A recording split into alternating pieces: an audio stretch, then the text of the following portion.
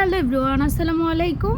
আজকে আপনাদের সামনে ছোট্ট আরেকটা ভিডিও নিয়ে চলে আসলাম। আজকে আমার শরীরটা ভীষণ খারাপ, ঠান্ডা লেগেছে, জ্বর, তার সাথে আমার ছোট বাচ্চাটারও ঠান্ডা লেগেছে। ওর কারণে আমি আজকে কোনো কাজই করতে পারছি না। তাই বাসার মধ্যে দেখলাম অল্প কয়েকটা ব্রয়লারের মাংস আছে, ভাবলাম ওইগুলো রান্না করি আর একটু খিচুড়ি করি। এটা দিয়ে আমাদেরকে দুপুরবেলা হয়ে যাবে, আর রাত্রেবেলাটা দেখা যাবে। আপনাদের ভাই আসলে না হয় বাইরে থেকে নিয়ে আসতে বলবো। যাই হোক, এখন আমি তো মাংসটাকে ভালো করে ভেজে এখন মাংসের জন্য মশলাটা কষিয়ে নিচ্ছিলাম। এই তো মাংসের মশলাটা একটু ঝাল ঝাল করে রান্না করব। আমার মেয়েরা আবার ঝাল খেতে পারে।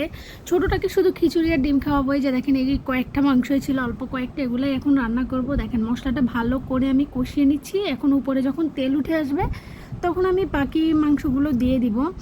এই তো দেখেন ভালো করে মশলাটা কষানো হচ্ছে, আর মুখে না একদমই রুচি নেই। ঠান্ডা লাগলে যাই হোক আর কি, গলা ব্যথা, কোনো কাজই করতে ইচ্ছা করছে না।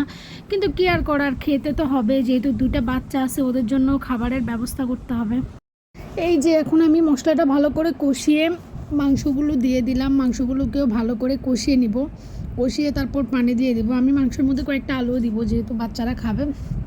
একসাথে কষিয়ে ফেলবো, ব্রয়লার মুরগি তো তাড়াতাড়ি নরম হয়ে যায়। আর মাংসগুলোকে আমি এমনিতেও ভালো করে ভেজে নিয়েছি। এদিক দিয়ে মাংস হোক, অন্য পাত্রে আমি খিচুড়িটাও বসিয়ে দিচ্ছিলাম। বললামই তো বাচ্চাটা অসুস্থ, খুব জ্বালাচ্ছে, তাই তাড়াহুড়ো করে যতটুকু রান্না করা যায়।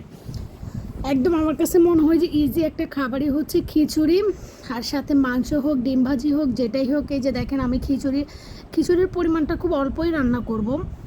আসলে কোনো রকমে খাওয়া, শরীরের যে কন্ডিশন, খেতেও ইচ্ছে করছে না, জাস্ট একটু পেট ভরার জন্য খাওয়া। আর আমার বাবাও বাসায় আছে, যার কারণে রান্না করতে হচ্ছে, নাইলে আমি একদমই রান্না করতাম না। কালকে যেটা আছে ওইটা দিয়েই খেয়ে ফেলতাম। এই যে দেখেন খিচুড়িটাও এখন আমি ভালো করে মশলা কষিয়ে এখন চালগুলো দিয়ে ওগুলোকে ভালো করে নেড়ে চেড়ে নিচ্ছি। ভিডিওটা আজকে এ পর্যন্ত। সবাই ভালো থাকবেন, সুস্থ থাকবেন, আল্লাহ হাফিজ।